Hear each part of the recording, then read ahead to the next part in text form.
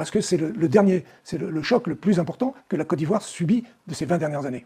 Et M. Ouattara, qui avait dit d'ailleurs à un journaliste français, d'une grande chaîne française, vous voyez, la chaîne de radio qui se dit mondiale, disant mais vous ferez peut-être un 4e mandat, et Ouattara quasiment lui rire au nez en disant mais il n'est pas question, vous vous rendez pas compte, j'en ai fait déjà 3, c'est énorme, il n'est même pas question que j'en fasse un 4e. Et là, il a expliqué que le 3e mandat, la contingence actuelle l'oblige à renoncer à ça. Oui, mais à chaque fois il va renoncer à quelque chose.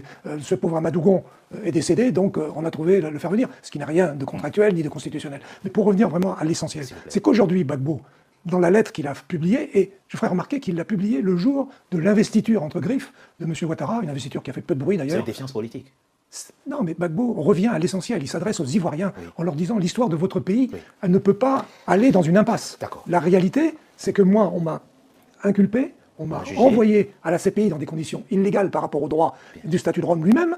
On l'a gardé 7 ans à la prison, et j'en sais quelque chose. On a fini par l'acquitter en 2 fois, à la chambre d'instance, ensuite à la chambre d'appel, qui a repris les termes de la chambre d'instance dans exactement les mêmes termes, comme a dit le président de cette chambre d'appel, qui était en même temps le président de la CPI. Le juge nigérian, M. Chile Ebo Osuji, était le président de la CPI à l'époque, donc ça portait un poids complémentaire. Et ce que rappelle Gbagbo dans sa lettre, ça nous fait revenir à justement ce jugement d'acquittement définitif, c'est que un des membres du jury qui acquitte Gbagbo, c'est le juge polonais Hofmanski. Le lendemain de cet acquittement, le juge devient président de la CPI. C'est vrai.